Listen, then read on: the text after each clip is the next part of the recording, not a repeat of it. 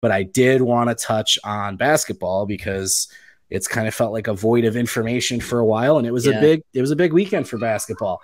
It was their biggest, most important transfer portal target potentially for this upcoming season, and arguably, I think he's second right now, but I think you could make the argument that the best player in the 24 class. So we'll start with the guy we've been talking about. Good God, it's 6 to 8 weeks, it feels like. Olivier Kamwa. So he has been to West Virginia on a visit, right? We're kind of waiting for the pro ball decision. Went through the G League camp, didn't get the NBA invite. And then once it was like, okay, he is going to take visits, the first one was West Virginia, where we're like, oh man, are you kidding me? Right? And then he also went to Kansas State, which built an entire team out of the transfer portal last year. And then he is at Baylor today or heading to Baylor. I can't remember. I believe he's already been to Baylor. Yeah, I think that was wrapped up. So yeah, either way, he was at Michigan this weekend. Those are the 4 schools, and it feels like, and we've heard, I mean, as soon as tomorrow, this thing could be wrapped up. So this has been lingering for a little while. Obviously, at one point, it felt like a lock, and a lot of things have changed since then. But now, post-visit, what are you hearing on the Tennessee transfer, Olivier Kamwa? Yeah, not a whole lot. Again, I feel like it's absolutely useless saying that he had a great visit because, duh. I mean, he had we've said this like 3 times during this podcast. He had a good visit. And we're going to say that about Flory Badunga coming up too. So he had a good visit. So I think right now I would predict that he's going to Michigan. I think he's going to Michigan. I don't know for a fact that he's going to Michigan, but I think Michigan did enough to show what the hype was about with them. I mean, they had the early buzz, and I think this visit kind of put that neat little bow on it. They can, out of all these schools, man, they can offer the most playing time. They can offer the biggest role. I think the pitch has changed a little, right? Yeah. With Caleb Love gone, he was going to be a big piece of something. Yep. And other than, Doug being obviously the ball handler and distributor, they could be telling Kamwa that you're going to be our number 1 guy at this point. Yeah. Next year, right? Very well could be. Very well could be. Yeah. So a guy that definitely has pro aspirations. And I know we'll get into this in a minute with the Badunga, recruitment. Some people have kind of turned in the way they look at Juwan, but Juwan played big man in the NBA for a long time. Mm-hmm. Right. So there is still that draw for some of the bigger players looking to go. So, yeah, absolutely. I will say the multiple visits is encouraging to me because when it was first West Virginia, my thought was, well, that's done. Yeah, I had the same thought. They have been an NIL powerhouse. So, but like you said, from a role standpoint, they already have a huge transfer portal class. Mm-hmm. Right. Kansas State's interesting because a couple of the guys they brought in have already left, and that's kind of a revolving door there right now. And then Baylor's Baylor. Right. So, we'll see, but we expect to hear something on that probably pretty quickly. Yeah, probably. I would not be surprised if this thing's done midweek. Yeah, maybe shortly after on Thursday or something. But yeah, I think that'll get. I think we're finally reaching the light at the end of the tunnel here with this situation that seemed like it's been going on for months now. It really does. So I think Michigan's going to be the choice. I don't know, but again, it's hard not to like what Michigan has sold him, that has been selling him. There's nothing you to hide from him. I mean, it's very, very obvious what his role will be and his minutes available are. I mean, whether you guarantee minutes or promise minutes or what, they're going to be there. It's not like it's not a secret. Yeah. Michigan needs guys, and he's definitely going to be, one of those key guys. Even if it is for a year. Yeah, and this was at one point categorized as NBA or Michigan. Yep. Right. So this isn't Michigan's not starting from scratch here. Right. They've had a head start and been in a good position with him for a while. So yeah, we'll see. We've talked about that one for a bit. So now, like you said, Flory Badunga, number 1 center in the 2024 class. Yeah. I think he's number 2 right now. I would argue he's probably going to end up the number 1 player in that class. Yeah, he's a stud. he's unbelievable for a guy that's not played a lot of basketball, Yeah. right? So he's on campus, and I think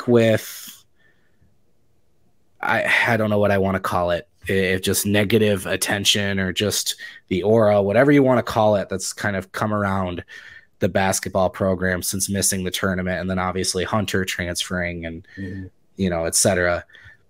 Getting him on campus is a big deal. I know you're going to say he had a good visit. There was some talk about him being a reclass potentially. I know you can get into that, but just big picture, getting him on campus and potentially him committing to Michigan, what does that do for the perception and projection of this program under Juwan Howard? Yeah, I think it would do a lot. It shows that Juwan is still capable of bringing recruiting talent to Michigan. I mean, he's shown it.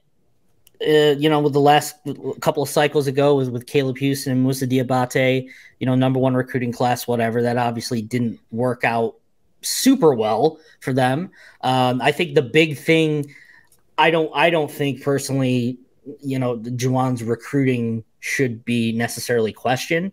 I do think what happens on the court and development should be the bigger argument now. I mean, like if let's say Badunga commits tomorrow, he commits to Michigan tomorrow, which it's not going to happen, but just for a hypothetical, he commits tomorrow. That'd be pretty cool. I mean, it would be cool. It would ease a lot of arguments and gripes.